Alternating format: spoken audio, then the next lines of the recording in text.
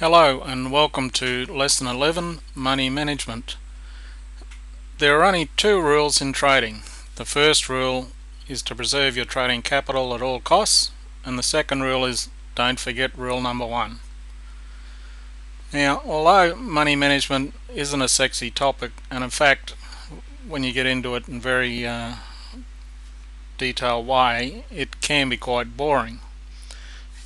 But the one thing to remember is that it is a critical aspect to being a successful trader and having a long and profitable career. The subject of money management is so vast that a detailed discussion is beyond the scope of this lesson.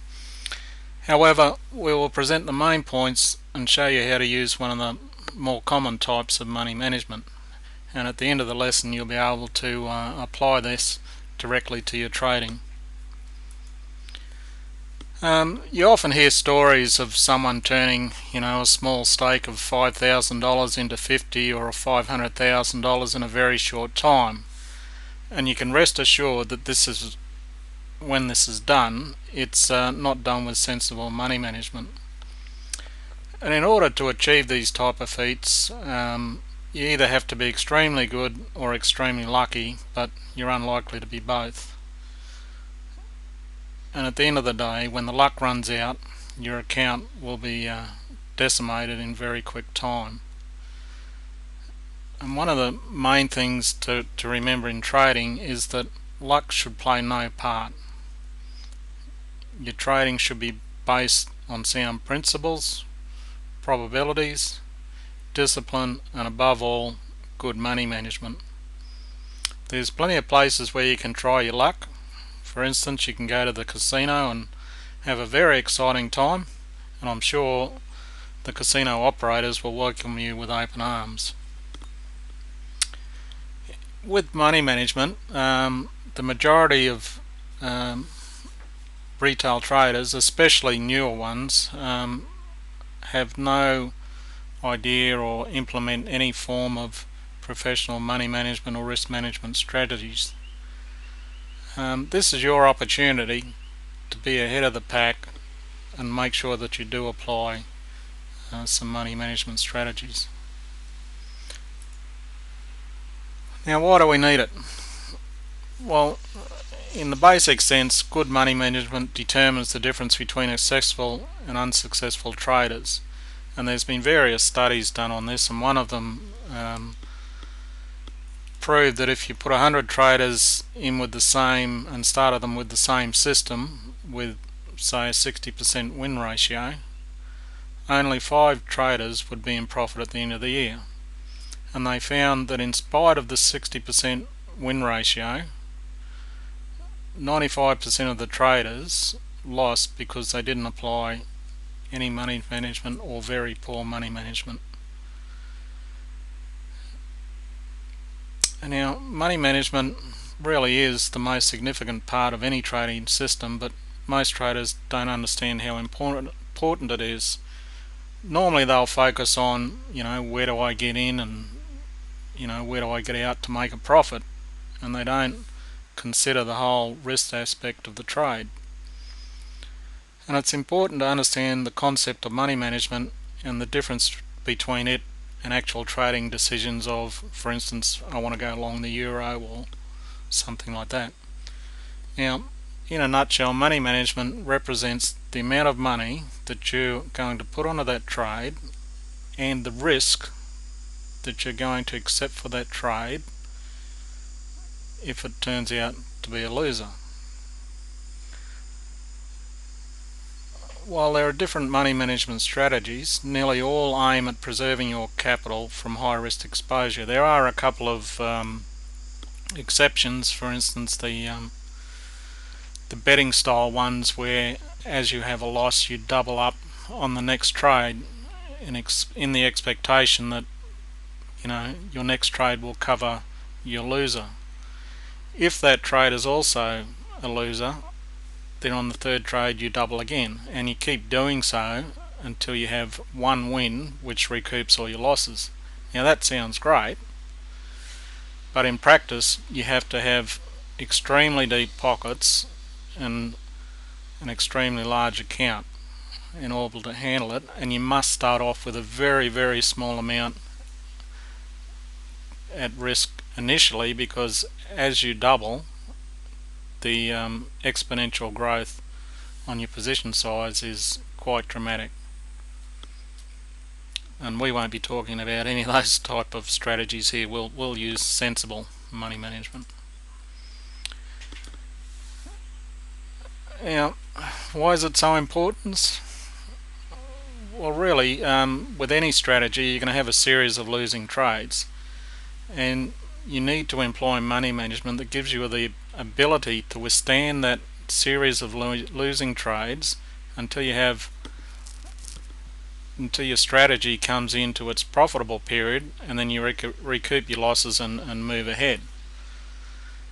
Now, this is essentially done with your correct risk allocation on the trade, the position size you use, as in how many lots, micro lots or nano lots, and where you place your stop.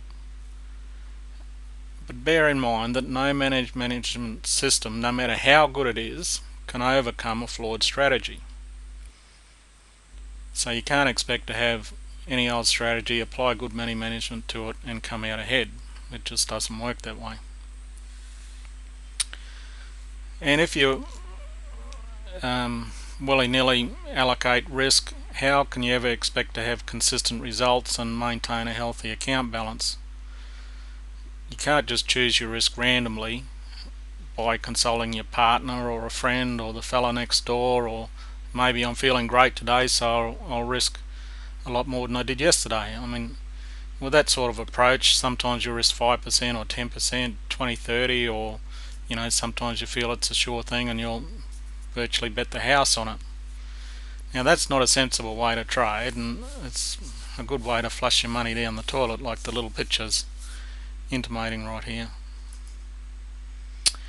Now, why do we use a set risk? Well, basically it's for consistency, and like on the last slide, if you set risk randomly, you're not going to get consistent results, and you've got to imagine how you're going to withstand a series of losing trades, which is normally referred to as account drawdown, because your capital and your equity dip down through a series of losing trades that could be intermittent with the odd winner, until such time as it makes a new account or equity high. Then you're considered to be out of your drawdown. There are various ways to measure drawdown. You have closed position drawdown, which you only count once the trade is fully closed, and there's others that are dynamic drawdown, which means you take into account your positions that are currently open. Again, that's a topic for another day, because it does get a little bit complicated to explain, especially if you're new at this. Now, when you're having a series of losing trades and your risk is allocated randomly, how are you going to feel emotionally? You're going to get scared and withdrawn, and then instead of risking the correct amount, you're just going to risk a very, very small amount, which then means it's going to take you forever and a day to eventually get ahead. Or you're going to get angry and frustrated and just say, well, I want to get out of this real fast, so I'm going to bet big so that if I have a win I can get back positive. What happens if you lose again after that? Keep doing that, and pretty soon, before you know it, all your capital's gone. By having a set risk, you know precisely what you're going to allocate on each trade. It's going to be very consistent, and it also allows you to do analysis on your trades as you go along. For instance, you might have a larger losing streak than normal, and well, if I'm allocating a set risk, I can calculate what my drawdown percentage is and things like that. The other thing to bear in mind is looking at this table here, is the more you risk and lose, or the longer your winning streak goes, percentage wise you need a greater percentage to get back to where you were. So for instance, if your account decreases by 10%, you then need 11% increase on that remaining balance to get back to where you were. And the further you go down, the worse the scenario gets. For instance, 30%, you need to increase by 43%. Once you're halfway through your account, you need to double it, which basically means you need another 100% of what that account is to get back to where you started from, and these figures do get scary. So the more structured and conservative and disciplined you can be, providing your strategy is good, you'll decrease the amount of drawdown your account has each time, because it's just a fact of life that all trading is in drawdown for periods of time. Then you can get to your new capital and equity highs much easier than if you lose 60% of your account. You've now got to make 150% to get back to where you were, which is a huge figure. Some people say, well, I don't need money management because my strategy is good and it'll just handle it. Well, maths and numbers are a funny thing.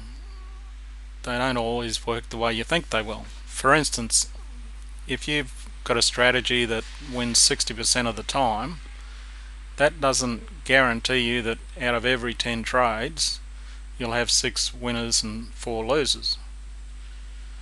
Over a large number of trades, for instance 100 or 200 trades, your strategy may come out at 60% win rate, but you could have periods during those trades where you have 10 or more or 20 losing trades, or it may not be 20, but in amongst that you've only got 1 or 2 winners. So you've got a long series of trades where you're losing most of the time.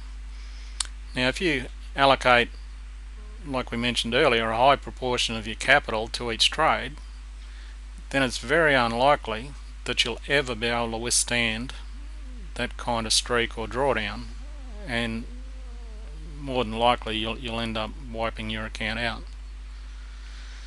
And along with that, you go through one of the magnificent trading roller coasters that we all have from time to time.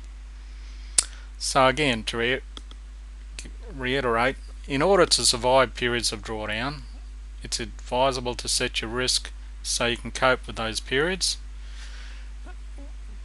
Generally it's bandied about that 2% is a good percentage to allocate to any one trade. We recommend no more than 1%, and especially if you're a new trader starting out, you want to gain confidence in your strategy and your execution, so it's advisable to start with that 1%, and after you've gained some experience and have some stats on your strategy and how you trade going forward, you can then look at maybe increasing it if you choose, but that's a decision that you as the trader needs to make. Now, apart from single trade risk, we all need to consider the amount of our total account we're putting at risk. We may say, we may be bold and say we'll put 2 or 3% risk per trade because I can handle that, but then if your strategy allows you to have 10 open trades at once and you're risking 3% per trade, those 10 open trades together potentially put your capital, 30% of your capital at risk. So if they all go pear-shaped at once, that's a big chunk of your account gone. So if you do have a high number of trades open at any one time, then it's advisable to reduce your risk per trade to a lower figure. So for instance, if you change from 3 to 1%, you've now only got 10% of your account at risk at any one time. So you need to consider those sort of things and see how you can handle it. And again, for newer traders, it's advisable to do the 1% risk per trade, and also to keep your open positions down to 2 or 3 or 5 at most until you can get a handle on the whole thing, because then you've got to look at maintaining your emotions across quite a few open trades at once.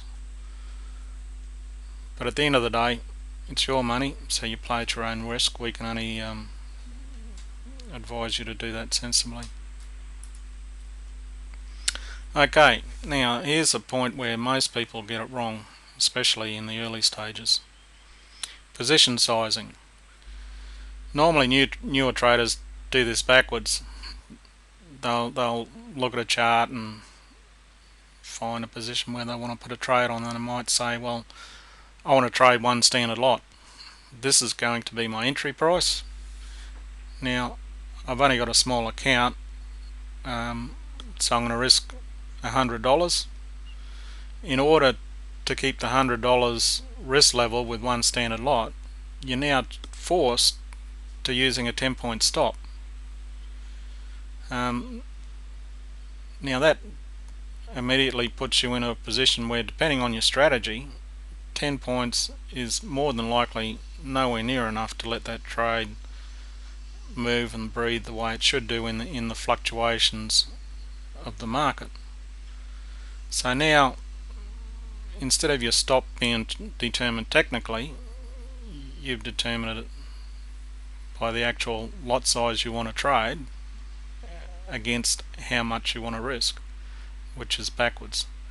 The correct way to do it is to have a look where your strategy says your entry point is, then look for a technically sound position to place your stop, then work out the difference between those two prices, and that gives you the size of your stop, and then you take the amount you're going to risk and divide it by that stop size, and also applying the dollar per pip value of that currency pair. In this example here, we're looking to trade the euro pair long with an entry price of 134.50, and we've set that technically, if price comes down to 133.50, technically that trade has failed, and that's our point of failure, and that's where our trade will take us out. So that gives us 100 points for the stop loss. Now the Euro USD is $10 per point, so we take our 100 points and our $100 and we work along the formula. So we get 100 points by $10 and divide that into the $100 we want to put at risk, and in this case that works out to one mini lot. So now we can size our trade correctly, give our trade the best chance possible, and know that we've got our risk sorted. So that's the way we go ahead.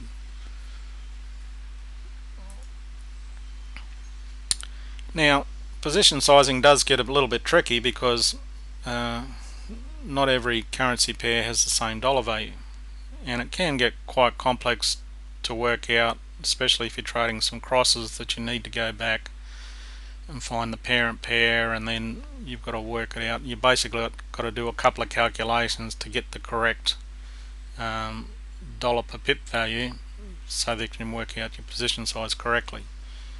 Now we've got a little tool, MetaTrader Indicator, that you simply run on your chart, tell it what your size stop is, it will go and work out what the dollar per pip value is and actually tell you and display this on screen and show you what your risk is, what your balance is, how much you're risking from the risk percentage, the stop size, and then how many lots, whether it be standard lots, mini lots or micro lots, and in some cases if you've got a nano account then it'll show you the nano lots. This is explained later in the section, so we'll cover that shortly. The other thing to do with position sizing, and this is why money management gets quite complex, because there's various ways to do things and what to take into account. The way we've done it here is a simple method of simply taking the balance of your account. Now we don't take equity because you can have open trades. Some of those trades can be losers, some can be winners, and if they're winners you're actually calculating on money you don't have, because until that trade's locked in and closed, that money can evaporate. So to keep it simple, we do it off the balance. If you want to get more complex, what some people do is they take into account not only the open trades if it's in a loss, they also take into account pending trades, or some will just take into account pending trades and deduct that off their balance, because then they'll say, well, once that trade gets active, that's basically less money that I would have at one time. Now, as I say, it gets quite complex, so we're not going to delve into that. We'll simply use the balance and keep it nice and simple. Alrighty, now I've got a chart here, or a spreadsheet showing what happens when you've got a series of trades and you keep your risk at 1%, but the actual dollar amount that you are risking on a trade will vary, and it varies because of your account balance. Now, all these workings are in US dollars, and just for demonstration purposes and to keep it nice and simple and easy, I've got a fixed stop in there of 50 points, which won't be the case when you're trading. You should, technically set your stop for each trade, so that will be different. But just for ease of showing you the difference in what amount is risk and what position size is, I've just got a series of trades, winners and losers, and again, this won't happen in real life, but all the winners here are twice as much as what you're risking. It would be nice if all our winning trades were that way, but obviously they're not. So that just shows you when it goes, the starting balance is 10,000, when it goes underneath 10,000, our initial position size is 2 mini lots, and then it drops down to 1.9 mini lots or 19 micros, if you want to use those terms. And then as we gain into our account balance, that then goes up above the starting point. Now here's the little explanation on the tool and some pictures. It has this number of parameters that you can set. The risk percentage by default is set to 1. The stop size is entered in whole numbers, so you just work out from your price and then remove all the decimals. So for instance, on our earlier example with the euro, instead of having 0.0100, we just simply say 100 points. By default, it's set to use the account balance, but if you choose, it will use the equity. Now the nano lots only needs to be set to true if your account is a nano lot account, and only you will know that, and if you're not sure, you can check with your broker. The X and Y are simply the positions where the information is displayed on the screen with the font size and the color. So it's all pretty straightforward, and does all the work for you. And as you can see in the bottom picture, it tells you what your balance is, your risk, the amount you're actually risking, the spread at that particular time, your currency pair, the stop size, the total lots, your dollar per pip value, how much you're risking, and sometimes in working out the calculation, the actual calculated risk amount will be slightly above what your 1% risk works out, so it gives a little warning message underneath that your actual risk is greater than the original risk, so just highlights that to you. Well, that's pretty much it. I'll just finish off with a few ending notes here. As mentioned in the introduction, this is basically an introduction to money management. It's by no means a detailed in-depth study on the topic. However, what we presented here will give you a huge advantage over other traders that either don't implement sound money management or implement it incorrectly. There are other aspects to money management, such as margin and leverage, which again are all complex subjects because there's quite a bit of maths in there and it takes a while to explain. And over time we'll endeavour to add to these lessons and include those topics, so we can discuss them. But if you want to do further research, and I really seriously encourage you to do that, I've just listed a couple of topics here that you can go and research, which is the drawdown I mentioned earlier. What is margin? How does it impact on your account and your pending trades? Because depending on what your margin is, if you've got 10 pending trades, some brokers will actually take that into account, so you may not be able to put another trade in if you've already used your available margin. It's a complex thing which we need to go through in detail. Leverage, the good, the bad and the ugly, it's another subject that's quite complex, and quite a lot of people get the margins and the leverages wrong. None of these things are bad if they're used correctly, but when used incorrectly, they're downright bad, ugly, and very, very account destructive. And the other thing is, like I mentioned earlier, not all money management strategies are good. Some of the betting ones, such as the anti-martingale style, as in doubling up, can get you in a lot of trouble real quick. Anyway, that's it for now. Hope you've enjoyed the lesson, and we'll see you around sometime. Bye bye.